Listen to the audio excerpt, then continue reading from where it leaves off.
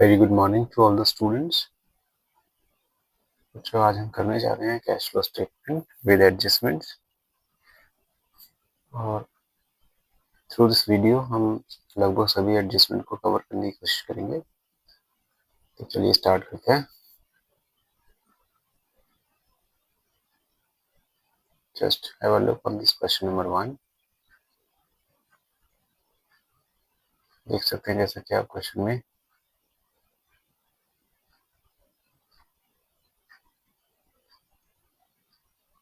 सबसे पहले देखते हैं हम with information equity share capital, जो कि 9,50,000 से बढ़ के 11 लाख हो गया है। तो ये एक इनफ्लो होगा फाइनेंसिंग एक्टिविटीज में। ट्रेजर सरप्लस देखते हैं जिसका नोट्स टू अकाउंट्स है 1। देखते हैं नोट्स टू अकाउंट्स में क्या लिखा हुआ है।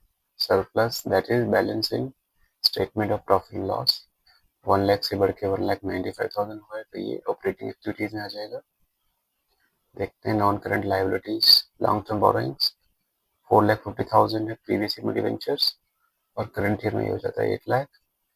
तो ये इनफ्लो का एक है एक सोर्स, इनफ्लो होगा फाइनेंसिंग एक्टिविटीज में।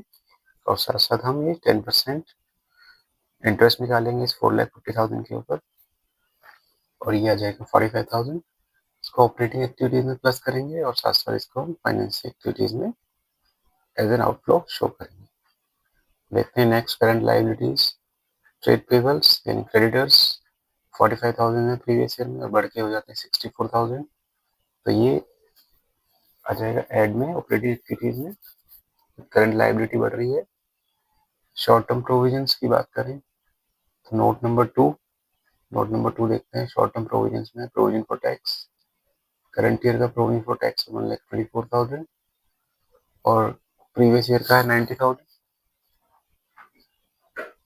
और साथ साथ इसकी एडजस्टमेंट भी दी हुई है टैक्स पे ड्यूरिंग द ईयर, तो हम प्रोविजन फॉर टैक्स अकाउंट भी मेंटेन करेंगे। तो देखते हैं नेक्स्ट नॉन करंट एसेट्स में property plant and equipment and intangible assets देख लेते हैं। सबसे पहले प्रॉपर्टी प्लांट में है 12,50,000 करंट ईयर में और 7,70,000 प्रीवियस ईयर में। साथ साथ देखते हैं इंटेंजिबल एसेट्स गुडविल, जो कि प्रीवियस ईयर में 55,000 है और करंट ईयर में है ये 70,000। नॉन करंट इन्वेस्टमेंट भी देख लेते हैं, जो कि है 3,20,000 करंट ईयर में और प्रीवियस ईयर में है 4,90,000।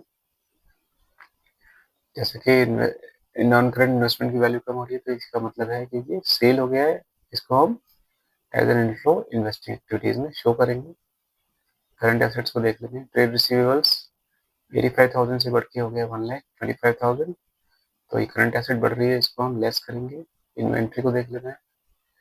1,40,000 इन्वेंट्री और कम होकर 86,000 हो गया है, तो इसको हम ऐड करेंगे ऑपरेटिंग एक्टिविटीज में, और कैश एंड कैश इक्विवेलेंट्स को हम यूज करेंगे to check and verify our answer.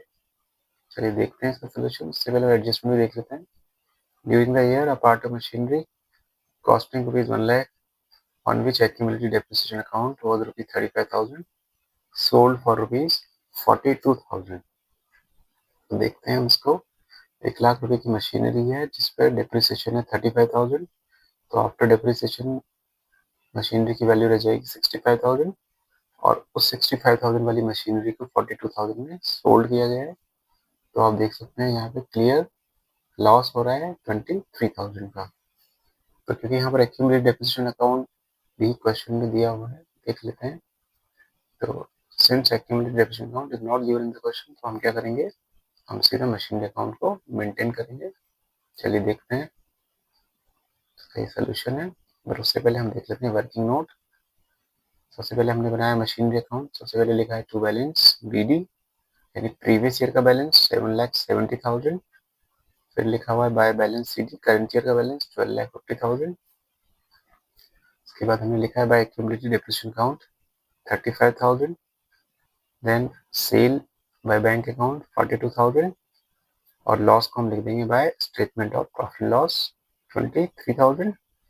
इस साइड को ऐड करेंगे, इस साइड से माइनस करेंगे 7,70,000, तो जो हमारा बैलेंसिंग फिगर हो जाएगा वो आ जाएगा 5,80,000। इसको हम लिखेंगे टू बैंक अकाउंट परचेजेस, और इसको हम इन्वेस्टिंग एक्टिविटीज में एज एन आउटफ्लो शो करेंगे।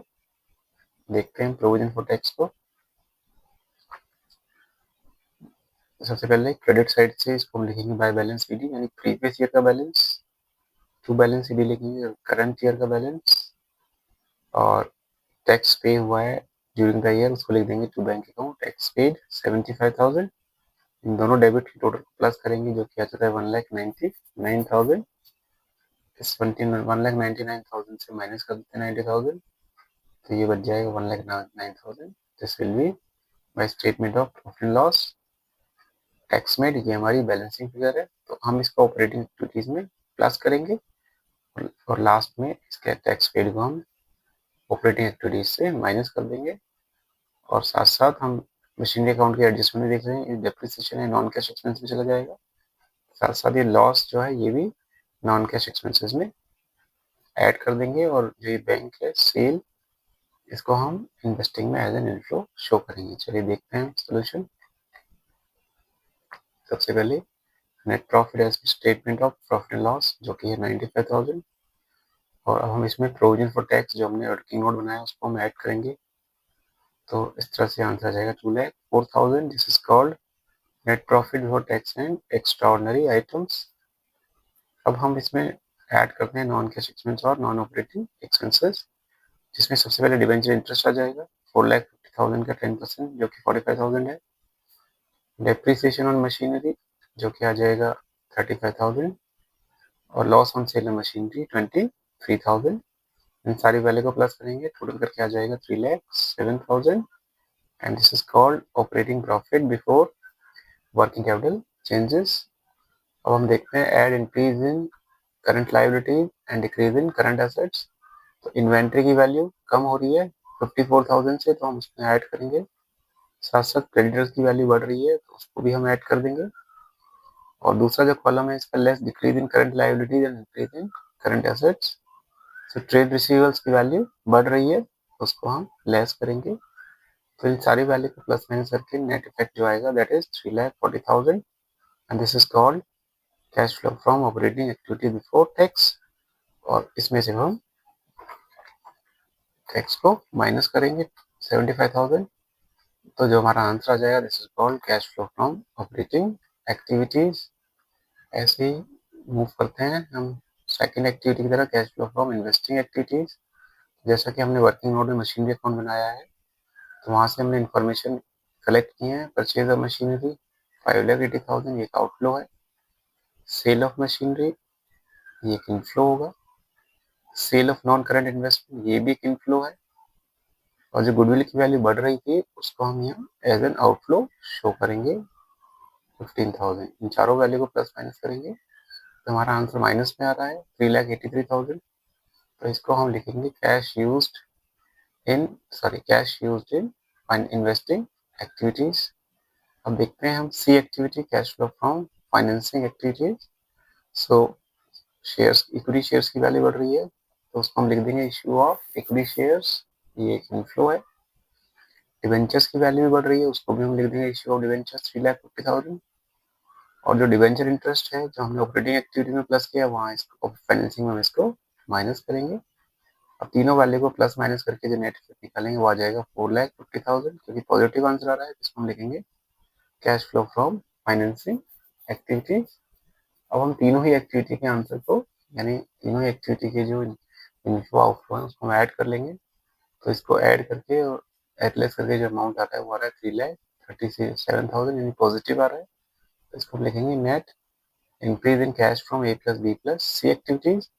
अब इसमें हम कैश और कैश इक्विवेलेंट, जो प्रीवियस ईयर का हमारा कैश एंड कैश इक्विवेलेंट दिया हुआ है जो कि 95,000, इसको प्लस करेंगे तो ये हमारे करंट ईयर के कैश और कैश इक्विवेलेंट के इक्वल हो जाएगा। तो इस तरह से हमारा ये कैश फ्लो स्टेटमेंट का पूरा क्वेश्चन कंप्लीट हो जाता है। मूव करते हैं क्वेश्चन नंबर 2 की तरफ। Have a look on this question number 2। सबसे पहले क्वेश्चन की हम एडजस्टमेंट देख लेते हैं, और एडजस्टमेंट से पहले हम क्वेश्चन की इंफॉर्मेशन को एक बार एनालिसिस कर लेते हैं। सबसे पहले शेयर कैपिटल जो कि नोट नंबर 1 है, तो शेयर कैपिटल में एक इक्विटी शेयर कैपिटल भी लिखा हुआ है और प्रेफरेंस शेयर कैपिटल भी लिखा हुआ है।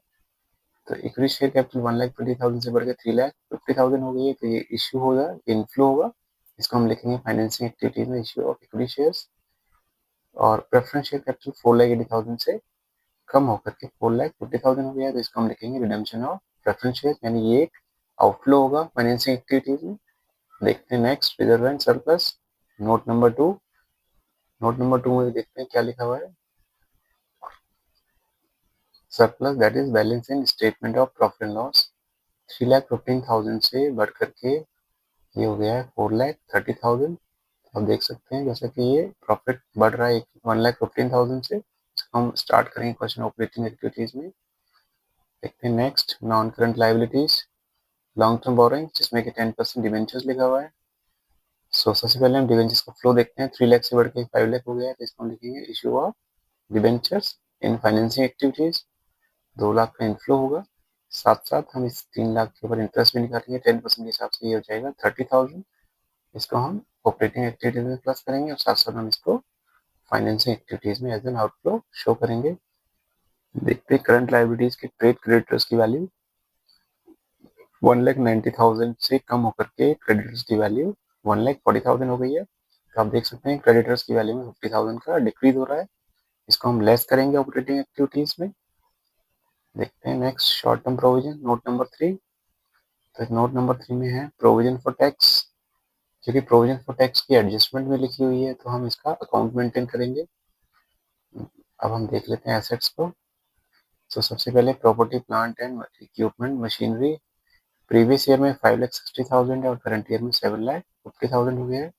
तो जैसा कि आप देख सकते हैं मशीनरी की वैल्यू बढ़ रही है, तो हम इसको इन्वेस्टिंग एक्टिविटीज में एज एन आउटफ्लो शो करेंगे।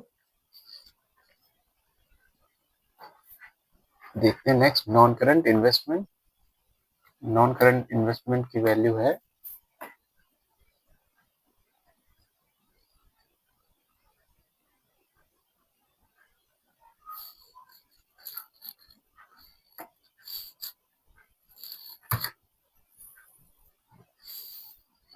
नॉन करंट इन्वेस्टमेंट की वैल्यू है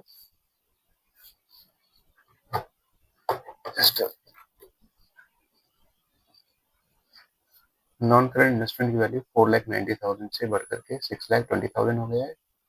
तो इसको हम एज एन आउटफ्लो शो करेंगे, बट क्योंकि नॉन करंट इन्वेस्टमेंट की एडजस्टमेंट भी लिखी हुई है, investment costing rupees 60,000 sold at a profit of 20%, तो इसका हम अकाउंट मेंटेन करेंगे। और देखते हैं ट्रेड रिसीवेबल्स 1,20,000 से कम होकर के 88,000 हो गया है, तो इसको हम लिख देंगे ऑपरेटिंग एक्टिविटीज में, इसको हम ऐड कर देंगे। करंट इन्वेस्टमेंट और कैश एंड कैश इक्विवेलेंट्स को हम यूज करेंगे लास्ट में अपना कैश का बैलेंस मैच करने के लिए। तो चलिए देखते हैं इसका सोल्यूशन। सबसे पहले वर्किंग नोट देख लेते हैं। सबसे पहले नॉन करंट इन्वेस्टमेंट अकाउंट को हमने मेंटेन किया हुआ है। बैलेंस बीडी यानी प्रीवियस ईयर का बैलेंस जो कि 4,90,000 है, और बाय बैलेंस सीडी जो कि करंट ईयर का बैलेंस है 6,20,000। इन्वेस्टमेंट 60,000 वाले इन्वेस्टमेंट हमने सोल्ड किए 20% प्रॉफिट पे, यानी इन्वेस्टमेंट को हमने 72,000 पे सेल किया हुआ है और उसके प्रॉफिट को हमने डेबिट साइड में शो किया है 12,000। अब इस क्रेडिट के टोटल जो कि 6,92,000 आ रहा है, इस टोटल में से माइनस कर देते हैं दोनों वैल्यू को, तो यह आ जाएगा 1,90,000। This is called to bank account purchases. ये हमारा एक बैलेंसिंग फिगर होगा और इसको हम इन्वेस्टिंग एक्टिविटीज में एज एन आउटफ्लो शो करेंगे। और ये जो बैंक अकाउंट है सेल 70,000, इसको हम एज एन इनफ्लो शो करेंगे इन्वेस्टिंग एक्टिविटीज में। अब हम देखते हैं प्रोविजन फॉर टैक्स। सबसे पहले बाय बैलेंस बीडी जो कि कितना है 55,000 प्रीवियस ईयर का बैलेंस, और टू बैलेंस सीडी यानी करंट ईयर का बैलेंस है 96,000, और जो टैक्स पेड है उसको हम लिख देंगे to bank account tax paid 27,000। इस तरह से हमारा ये बैलेंसिंग फिगर आ जाएगा 68,000, जिसे हम लिखेंगे bye statement of profit and loss, और ब्रैकेट में टैक्स मेड। ये हमारा बैलेंसिंग फिगर है, इसको हम ऑपरेटिंग एक्टिविटीज में प्लस करेंगे और इस टैक्स पेड को हम लास्ट में माइनस कर देंगे। चलिए देख लेते हैं इसका भी सोल्यूशन। सबसे पहले net profit as per statement of profit and loss जो कि 1,15,000 है। अब इसमें हम ऐड कर लेते हैं प्रोविजन फॉर टैक्स 68,000, यह आ जाएगा 1,83,000। This is called net profit before tax and extraordinary items. अब इसमें हम नॉन कैश एक्सपेंस ऐड कर लेते हैं जो कि सबसे पहला है डिवेंचर इंटरेस्ट 30,000 हमने इंटरेस्ट कैलकुलेट किया 3 लाख के ऊपर, और जो प्रॉफिट हो रहा था हमारा नॉन करेंट इन्वेस्टमेंट की सेल पर उसको हम यहाँ माइनस कर देते हैं, तो ये आ जाएगा 3,07,000। इसे हम कहेंगे operating profit before working capital changes.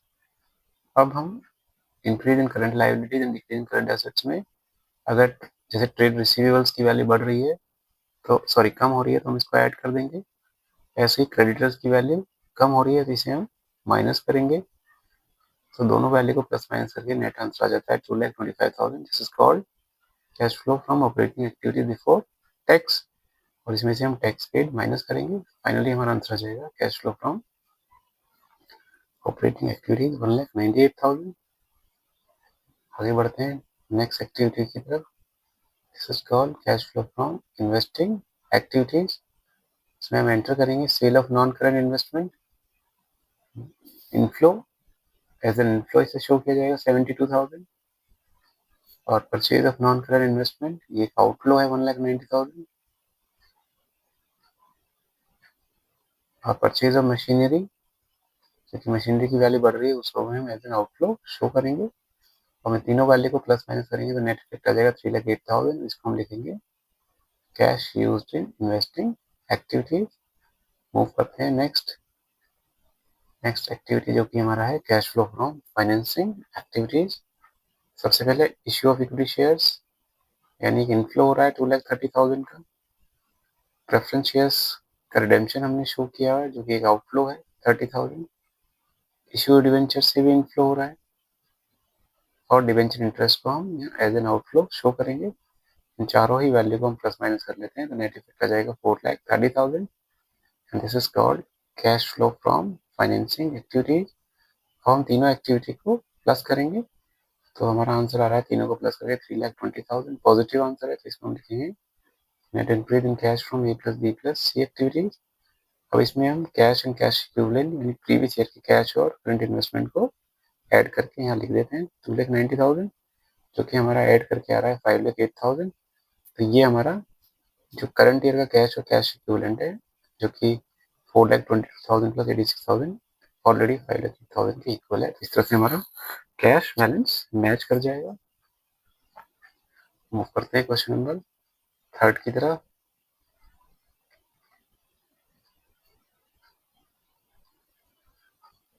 तो देखते हैं सबसे पहले शेयर कैपिटल 5 लाख से बढ़ के 7 लाख हो गया है, तो इसको हम फाइनेंसिंग एक्टिविटी में शो करेंगे as an inflow. Reserve surplus ये ऑपरेटिंग एक्टिविटीज में आ जाएगा। Long term borrowings debentures financing का पार्ट हो जाएगा, और जो इंटरेस्ट हम निकालेंगे 2 लाख के ऊपर उसको ऑपरेटिंग में प्लस करेंगे और फाइनेंसिंग में माइनस कर देंगे।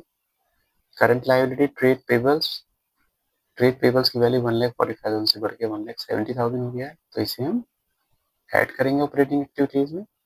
Short term provision note number 3 देख लेते हैं, यानी शॉर्ट टर्म प्रोविजंस में क्या है, प्रोविजन फॉर टैक्स। तो क्योंकि टैक्स पेड है एडजस्टमेंट में तो हम इसका प्रोविजन फॉर टैक्स का अकाउंट मेंटेन करेंगे। और देखते हैं एसेट्स के लिए information. Property plant and equipment जो कि 9 लाख है और 5 लाख है, और ये note number 3 regarding property plant and equipment के लिए है। नोट नंबर 2 सो इसको देख लेते हैं। प्रॉपर्टी प्लांट इक्विपमेंट मशीनरी की वैल्यू 4,80,000 है बुक वैल्यू, और इसमें से एक्यूमुलेटेड डेप्रिसिएशन माइनस किया हुआ है, तो जो नेट वैल्यू आ रही है वो 3,80,000 एंड 2,20,000 है।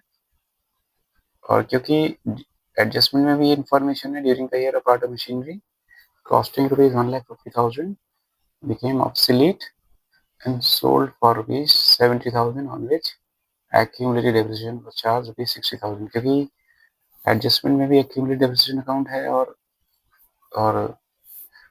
क्वेश्चन में भी लिखा हुआ है, तो हम यहाँ पर मशीनरी अकाउंट के साथ साथ accumulated depreciation अकाउंट भी मेंटेन करेंगे। देखते हैं नेक्स्ट इंटेंजिबल एसेट गुडविल। 1,20,000 से कम हो गया तो इसको हम ऑपरेटिंग में प्लस करेंगे। नॉन करंट इन्वेस्टमेंट 2,20,000 से बढ़ के 3,70,000 हो गया, इसको हम एज एन आउटफ्लो शो करेंगे इन्वेस्टिंग एक्टिविटीज में। ट्रेड रिसीवेबल्स 1,12,000 से कम होकर के 64,000 हुआ है, तो इसको हम ऐड करेंगे ऑपरेटिंग एक्टिविटीज में। इन्वेंट्रीज की वैल्यू बढ़ गई है, इसको हम ऑपरेटिंग एक्टिविटीज में लेस करेंगे। और कैश एंड कैश इक्विवेलेंट्स को हम यूज करेंगे टू मैच आवर आंसर। तो सबसे पहले हम देख लेते हैं इस क्वेश्चन में वर्किंग ऑन। तो सबसे पहले हमने बनाया machinery account. So to balance BD यानी मशीनरी अकाउंट की जो ग्रॉस वैल्यू है 3 लाख प्रीवियस ईयर की, उसको हमने लिखा हुआ है। फिर करंट ईयर की ग्रॉस वैल्यू 4,80,000 और यहाँ लिखेंगे बाय एक्यूमुलेटेड डेप्रिसिएशन अकाउंट, यानी उस मशीनरी जो मशीनरी डिस्पोज हुई है उस पर कितना डेप्रिसिएशन लगा हुआ है, वो कितने में सोल्ड हुई है वो भी हम एंटर करेंगे, और उसको सेल करने में कितना लॉस आ रहा है, ये तीनों ही एंट्री हम क्रेडिट साइड में एंटर करेंगे। फिर इसको हम टोटल कर लेते हैं क्रेडिट साइड का, जो कि 6,30,000 आ रहा है। इस टोटल से हम 3 लाख माइनस कर देते हैं। तो इस तरह से हमारी बैलेंसिंग फिगर चाहिए टू बैंक अकाउंट परचेजेस, और इस बैंक अकाउंट की जो वैल्यू हम इसको as an outflow investing activities में शो कर देंगे। साथ साथ ये जो बैंक हो रहा है, बैंक की इंफॉर्मेशन है, इसको हम एज एन इनफ्लो शो करेंगे इन्वेस्टिंग एक्टिविटीज में। साथ साथ ये जो लॉस आ रहा है इसको हम ऐड कर देंगे ऑपरेटिंग एक्टिविटीज में। बट ये जो एक्यूमुलेटेड डेप्रिसिएशन अकाउंट है, इसको हम एक्यूमुलेटेड डेप्रिसिएशन अकाउंट में ट्रांसफर करेंगे, तो वहां से जो वैल्यू आएगी उसको हम ऑपरेटिंग एक्टिविटीज में ट्रांसफर करेंगे। तो देख लेते हैं एक्यूमुलेटेड डेप्रिसिएशन अकाउंट का फॉर्मेट। सबसे पहले बाय बैलेंस बीडी यानी प्रीवियस ईयर का बैलेंस, फिर लिख देते हैं to balance CD current year का बैलेंस, फिर लिख देते हैं टू मशीनरी अकाउंट यानी जो डिस्पोज मशीनरी है उस पर कितना डेप्रिसिएशन है, उसको ऐड करेंगे। और ऐड करके हमारा इस तरह से करंट ईयर का डेप्रिसिएशन आ जाएगा, जो आ जाएगा 80,000। इसको हम ऑपरेटिंग एक्टिविटीज में प्लस कर देंगे। चलिए देखते हैं सोल्यूशन। सबसे पहले net profit as per statement of profit and loss, जो कि 1,50,000 है। इसमें provision for tax made add कर लेते हैं, तो ये आ जाएगा 2,65,000। This is called net profit before tax and extraordinary items. अब इसमें हम non cash expense, non operating expenses को प्लस कर लेते हैं। सबसे पहले डेप्रिसिएशन यानी करंट ईयर का डेप्रिसिएशन जो कि 80,000 है, और गुडविल रिटर्न ऑफ 30,000 से गुडविल की वैल्यू कम हो गई थी, उसको भी यहाँ ऐड कर लेंगे। साथ साथ loss on sale of machinery 20,000, उसको भी हम ऐड करेंगे, तो यह आ जाएगा 3,95,000। This is called operating profit before working capital changes. अब हम ट्रेड रिसीवेबल्स की वैल्यू कम हो रही है, उसको हमने ऐड किया हुआ है। साथ साथ क्रेडिटर्स की वैल्यू बढ़ रही है, उसको भी हमने ऐड कर दिया है। और इन्वेंट्री की वैल्यू बढ़ी हुई है, तो इसको हम कैश में शो करेंगे। इन तीनों ही वैल्यू को हम 3,95,000 से प्लस माइनस कर लेते हैं, तो नेट इफेक्ट आ जाता है cash flow from operating activity before tax, जो कि आ जाता है 4,34,000। इसमें से टैक्स पेड माइनस कर देते हैं 90,000, तो जो वैल्यू आ जाती है दिस इज कॉल्ड 3,44,000। इसको हम लिख देंगे cash flow from operating activities. अब हम देख लेते हैं नेक्स्ट एक्टिविटी को, cash flow from investing activities. तो सबसे पहले sale of non current investment, क्योंकि नॉन करंट इन्वेस्टमेंट की वैल्यू कम हो रही थी, इसको हमने एज एन इनफ्लो शो कर दिया है। परचेज ऑफ मशीनरी 3,30,000, और साथ साथ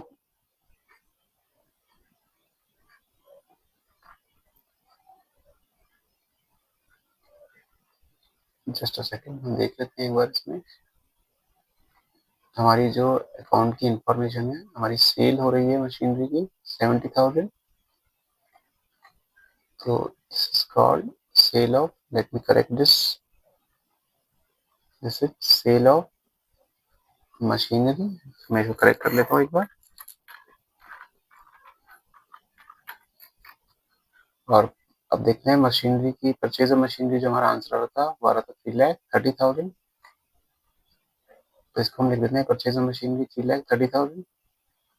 अब ये जो 2,40,000 है, this is purchase of, let me check the question, this is purchase of non current investment,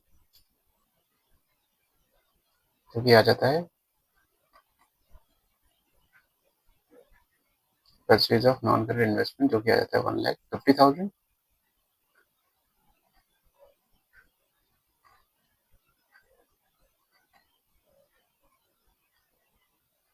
one more information was there, equipment 2,80,000 से इक्विपमेंट की वैल्यू बढ़ के हो जाती है 5,20,000। तो ये परचेज ऑफ इक्विपमेंट है, इसको भी हम लिख देंगे परचेज ऑफ, ये मशीनरी लिखो, let me write this equipment.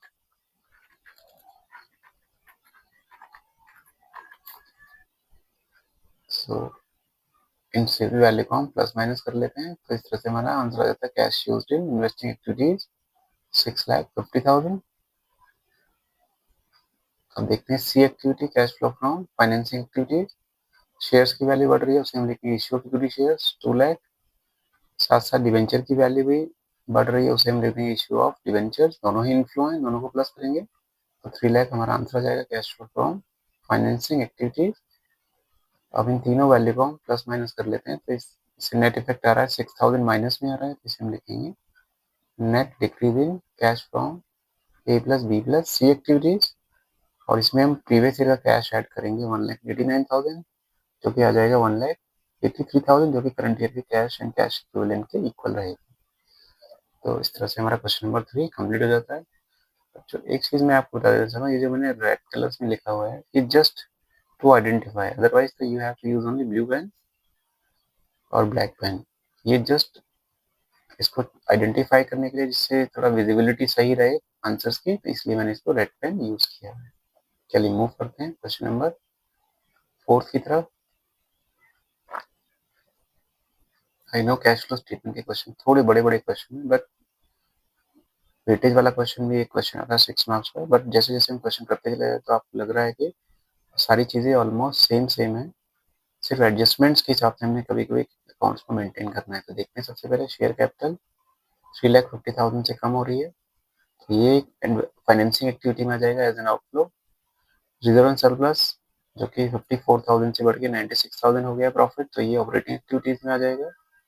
Long term borrowings debentures in financing में inflow as an inflow show किया जाएगा, क्योंकि वैल्यू बढ़ रही है। और साथ साथ हम इंटरेस्ट निकालेंगे डिबेंचर्स का 1 लाख के ऊपर 10% के हिसाब से, जो कि 10,000 आएगा, जिसको हम ऑपरेटिंग एक्टिविटीज में प्लस करेंगे और साथ साथ फाइनेंसिंग एक्टिविटीज में माइनस करेंगे।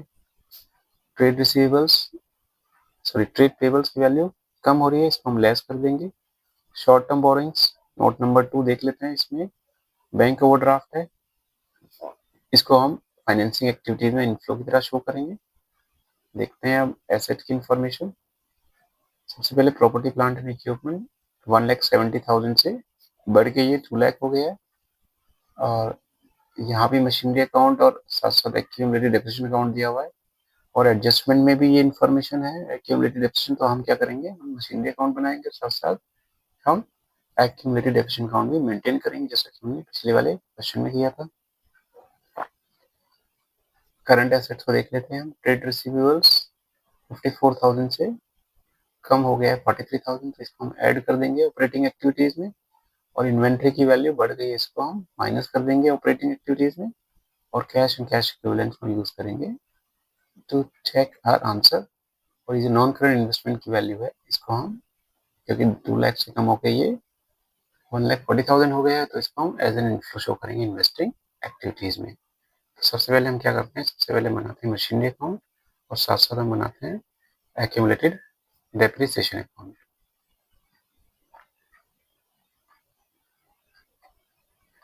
तो सबसे पहले मशीनरी में हम लिखेंगे to balance BD, previous year का बैलेंस, और बाय बैलेंस विधि हम लिखेंगे करंट ईयर का बैलेंस 3,20,000।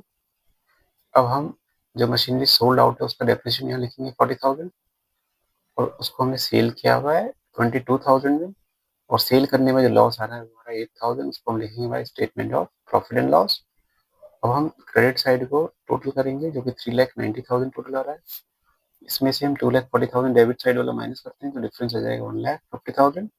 तो ये आ जाएगा to bank account balancing figure purchases, जिसको हम यूज करेंगे as an outflow in investing activities. और साथ साथ ये जो बैंक अकाउंट है जो सेल हो रहा है, इसको भी हम एज एन इनफ्लो शो करेंगे इन्वेस्टिंग एक्टिविटीज में। और जो ये लॉस आ रहा है statement of profit and loss 8,000, इसको हम ऑपरेटिंग एक्टिविटीज में प्लस करेंगे। और साथ साथ ये एक्यूमुलेटेड डेप्रिसिएशन अकाउंट को हम एक्यूमुलेटेड डेप्रिसिएशन अकाउंट में ट्रांसफर करेंगे, जैसा कि यहाँ ये ट्रांसफर हो गया है 40,000। चलिए देख लेते हैं accumulated depreciation account by balance विधि, यानी प्रीवियस ईयर का बैलेंस, टू बैलेंस विधि जो कि करंट ईयर का बैलेंस है। टू मशीनरी अकाउंट यानी डिस्पोज मशीनरी जो सोल्ड है उसका डेप्रिसिएशन जो हमने ट्रांसफर किया 40,000, इसको प्लस कर लेते हैं, टोटल आ जाता है 1,60,000।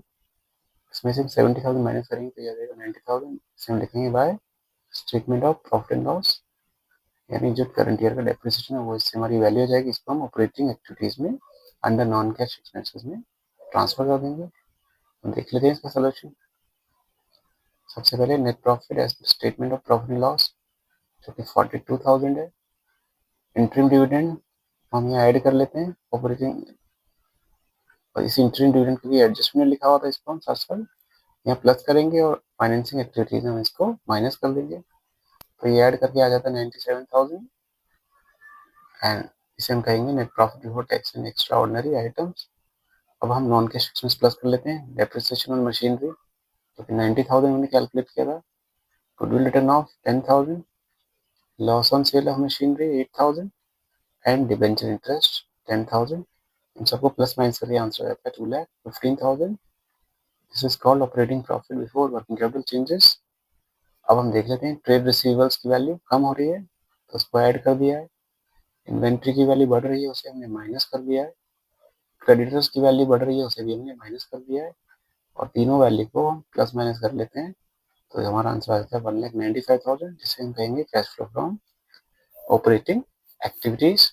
देखते हैं next cash flow from financing activities. Sale of machinery को हमने कर लिया है add as an inflow 22,000, purchase of machinery को एज एन आउटफ्लो हमने शो किया हुआ है, और इस तरह से हमारा आंसर माइनस में आ रहा है, इसे हम लिख देंगे cash used in investing activities. Move करते हैं सी एक्टिविटी की तरह, cash flow from financing activities. क्योंकि इक्विटी शेयर्स की वैल्यू कम हो रही थी क्योंकि नेगेटिव आ रहा है वो आंसर, तो हम उसको लिखेंगे बायबैक ऑफ इक्विटी शेयर्स जो कि आ जाता है 1,50,000। बायबैक का मतलब होता है जब कंपनी अपने शेयर होल्डर से वापस परचेज कर लेती है। अब ऐसे डिवेंचर्स की वैल्यू बढ़ रही है उसे भी हम लिख देंगे इश्यू ऑफ डिवेंचर्स, वो भी एक इनफ्लो होगा। Debenture interest as an outflow bracket में शो करके दिखाएंगे, इंटरिम डिविडेंड भी एज एन आउटफ्लो शो करेंगे, और इंक्रीज इन बैंक ओवरड्राफ्ट उसको हम प्लस करके दिखा देंगे। इन सारी वैल्यू को प्लस माइनस करके आंसर माइनस में आ रहा है 1,02,000। सेम कहेंगे cash flow cash used in investing activities, this is not flow, this is cash used in investing activities. मैं करेक्शन कर लेता हूँ, कैश यूज्ड इन फाइनेंसिंग एक्टिविटीज। अब हम क्या करते हैं, तीनों ही वैल्यू तीनों जो एक्टिविटीज है उनके आंसर्स को प्लस कर लेते हैं, तो आंसर हमारा माइनस में आ रहा है। ठीक है, माइनस में आ रहा है तो हम इसके लिए टर्म यूज करेंगे net decrease in, this is called decrease, net decrease in cash from A plus B plus C activities जो कि 35,000 है। इसमें हम प्रीवियस ईयर का कैश ऐड कर लेते हैं 83,000 जो कि हमारे करंट ईयर के कैश के इक्वल हो जाता है 48,000। इस तरह से हमारा क्वेश्चन नंबर, ये क्वेश्चन भी हमारा कंप्लीट हो जाता है। मूव करते हैं नेक्स्ट क्वेश्चन की तरफ।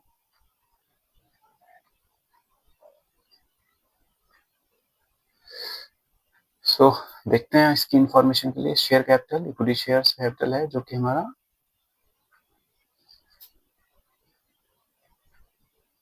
3,50,000 से 6,50,000 का, इसको हम फाइनेंसिंग एक्टिविटीज में एज एन इनफ्लो शो करेंगे। रिजर्व एंड सरप्लस ये ऑपरेटिंग एक्टिविटीज में आ जाएगा। लॉन्ग टर्म बोरोइंग डिवेंचर्स आप देख सकते हैं कम हो रहा है तो इसको हम एज एन आउटफ्लो शो करेंगे 1 लाख से, साथ साथ इसका हम इंटरेस्ट भी कैलकुलेट करेंगे 4 लाख के ऊपर, 40,000 आ जाएगा जिसको हम ऑपरेटिंग एक्टिविटीज में प्लस करेंगे, साथ साथ हम उसको फाइनेंसिंग एक्टिविटीज में माइनस करेंगे। ट्रेड पेबल्स की वैल्यू 77,000 से कम हो गई है तो इसको हम लेस कर देंगे। शॉर्ट टर्म बोरिंग्स देख लेते हैं नोट्स पर, उसमें क्या इन्फॉर्मेशन है। शॉर्ट टर्म बोरिंग्स में बैंक ओवरड्राफ्ट है 45,000 से बढ़ के कम होकर 38,000 हो गया, तो ये एक आउटफ्लो हो जाएगा फाइनेंसिंग एक्टिविटी में। और प्रोविजन फॉर टैक्स, क्योंकि टैक्स की एडजस्टमेंट लिखी हुई है तो हम provision for tax account maintain करेंगे। देखते हैं एसेट्स को, property plant and equipment note number 3 देख लेते हैं इसकी क्या इन्फॉर्मेशन है।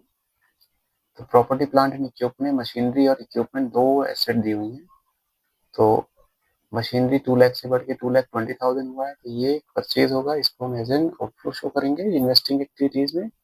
साथ साथ इक्विपमेंट भी की वैल्यू भी बढ़ रही है, इसको भी हम एज एन आउटफ्लो शो करेंगे इन्वेस्टिंग एक्टिविटीज में। देखते हैं गुडविल की वैल्यू 66,000 से बढ़ के 96,000 हो गई है, तो ये वैल्यू बढ़ रही है, और जब गुडविल की वैल्यू बढ़ जाती है तो उसको हम शो करेंगे as an outflow in investing activities.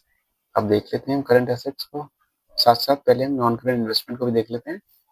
5,30,000 से कम होकर के नॉन करंट इन्वेस्टमेंट की वैल्यू 3,40,000 हो रही है, तो इसको हम as an inflow investing activities में शो करेंगे। अब हम देख लेते हैं करंट एसेट्स ट्रेड रिसीवेबल्स की वैल्यू बढ़ गई है, तो इसको हम लेस कर देंगे ऑपरेटिंग एक्टिविटीज में।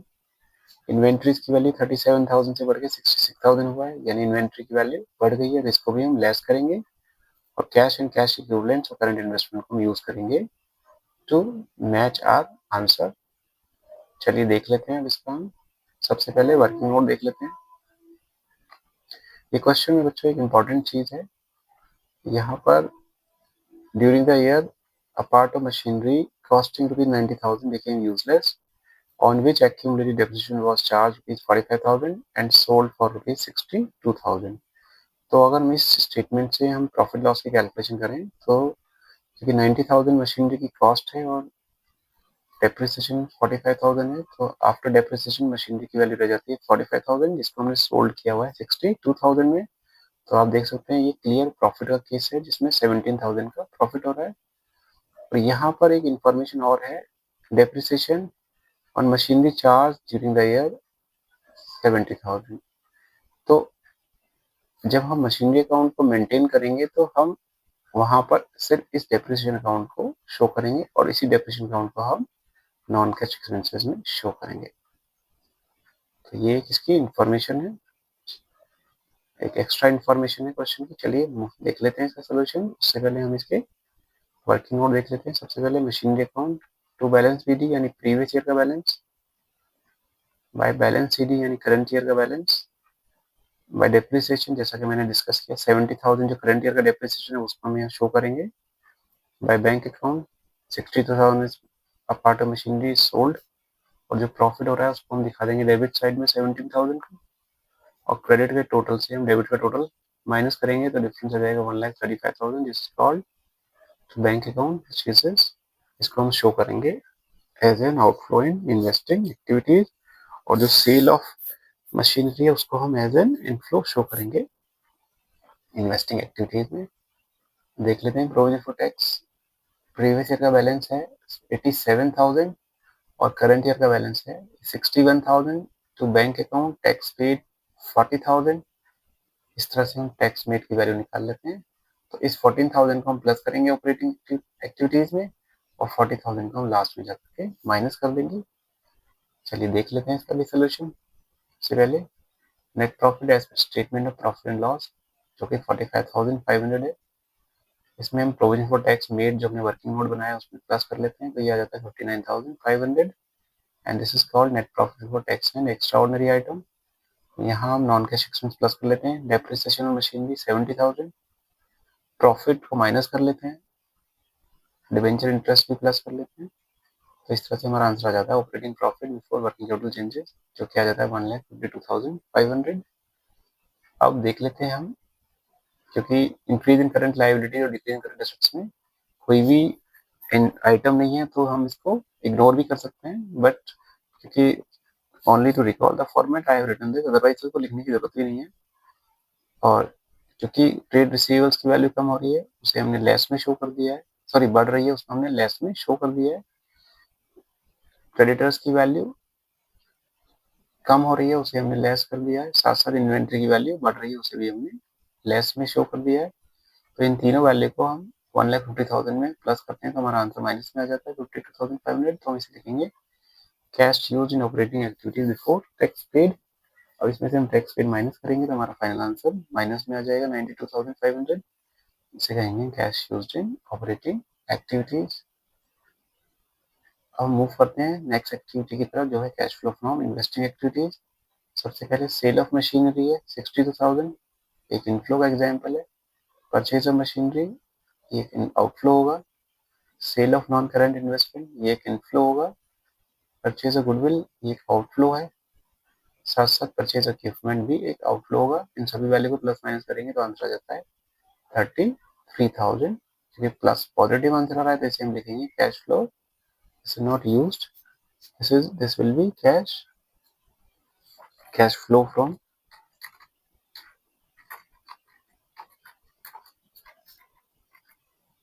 From investing activities. मूव करते हैं सी थर्ड एक्टिविटी की तरफ, जिसका जो है cash flow from financing activities. क्योंकि इक्विटी शेयर्स की वैल्यू बढ़ रही है तो हम इसको इनफ्लो करेंगे as an inflow 3 lakh. Debentures की वैल्यू कम हो गई है, redemption of debentures it will be shown as an outflow. Debenture interest भी हम यहाँ माइनस कर देते हैं 40,000। और बैंक ओवरड्राफ्ट की वैल्यू कम हो रही है तो उसे भी हम यहाँ माइनस कर देते हैं 7,000। इन सभी वैल्यू को प्लस माइनस कर लेते हैं तो ये आंसर आता है पॉजिटिव 1,53,000। तो इसे हम लिख देंगे cash flow from financing activity. अब तीनों ही एक्टिविटीज के हम आंसर को प्लस कर लेते हैं तो इसका नेट इफेक्ट आ जाता है 93,500। क्योंकि ये पॉजिटिव है तो इसको हम लिखेंगे net increase in cash from A plus B plus C activities. और इसमें हम कैश एंड कैश इक्विवेलेंट यानी प्रीवियस ईयर के कैश और कैश इक्विवेलेंट को प्लस करेंगे जो कि हमारे करंट ईयर के कैश एंड कैश इक्विवेलेंट के इक्वल आ जाएगा। इस तरह से हमारा ये कैश फ्लो स्टेटमेंट, ये हमारा क्वेश्चन कंप्लीट हो जाता है। आई नो ये क्वेश्चंस थोड़े से लेंथी क्वेश्चंस हैं, बट आप वीडियो को बार बार देखिए और try to understand these questions. अगर आपको वीडियो अच्छा लगता है तो वीडियो को लाइक करिए, शेयर करिए एंड चैनल को सब्सक्राइब करिए। और किसी भी क्वेरी के लिए दिए हुए नंबर पे आप कॉन्टेक्ट कर सकते हैं। Thank you very much students for watching this video.